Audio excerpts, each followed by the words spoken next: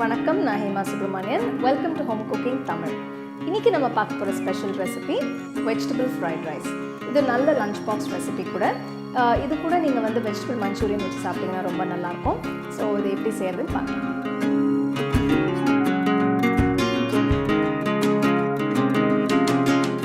Vegetable ரைஸ்க்கு முதல்ல 1 cup basmati அரிசி வேக வச்சு தனியாக வச்சிடணும். இதுக்கு ஒரு பாத்திரத்தில் தண்ணி ஊற்றி தண்ணி நல்லா கொதிச்ச பிறகு சுத்தமாக கழுவின பாஸ்மதி அரிசி அதில் போட்டு 1 டீஸ்பூன் உப்பையும் சேர்த்து 3/4 வேக்காடுக்கு பாஸ்மதி அரிசி நல்லா வெந்த பிறகு அது ஸ்ட்ரெயின் பண்ணி தனியாக எடுத்து வச்சுருங்க. ஒரு கடாயில் 2 டேபிள் ஸ்பூன் எண்ணெயை ஊற்றி 1 டேபிள் ஸ்பூன் பொடியாக நறுக்கின பூண்டு, 1 கப் வெங்காயத்தாள் வெள்ளை பொடியாக நறுக்குனது, 1 கப் கேரட் பொடியாக நறுக்குனது, 1 கப் பீன்ஸ் பொடியாக நறுக்குனது, 1 கப் கேபேஜ் மெலிசா நறுக்குனது, 1 கப் வேக வச்ச சோளம், கொஞ்சம் ஸ்லைஸ் பண்ண பேபி கார்ன். இதெல்லாம் சேர்த்து காய்கறியெல்லாம் ஒரு 5 நிமிஷம் வேக வைக்கணும்.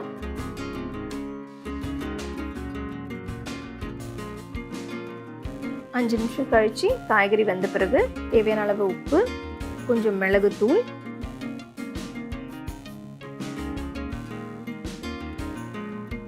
ரெண்டு டேபிள் ஸ்பூன் சோயா சாஸ்,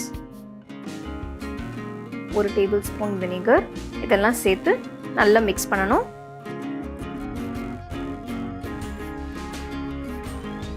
கடைசியில் வேக வச்ச பாஸ்மதி ரைஸையும் இதில் போட்டு மெதுவாக நல்லா மிக்ஸ் பண்ணுங்கள்.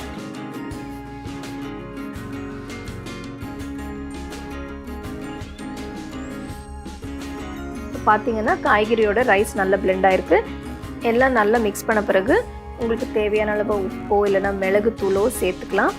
கடைசியில் பொடியாக நறுக்கின வெங்காயத்தாள் பச்சை அதை மேலே தூவி விட்டு வெஜிடபிள் ஃப்ரைட் ரைஸை சூடாக சர்வ் பண்ணுங்கள்.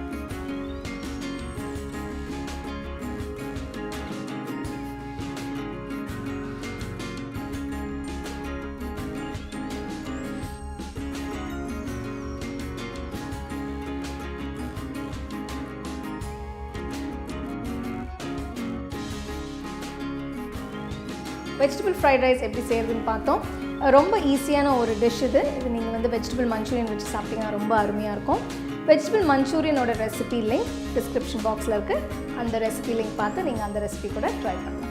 You can get a copy of our first edition of the home cooking book on 21 Frame.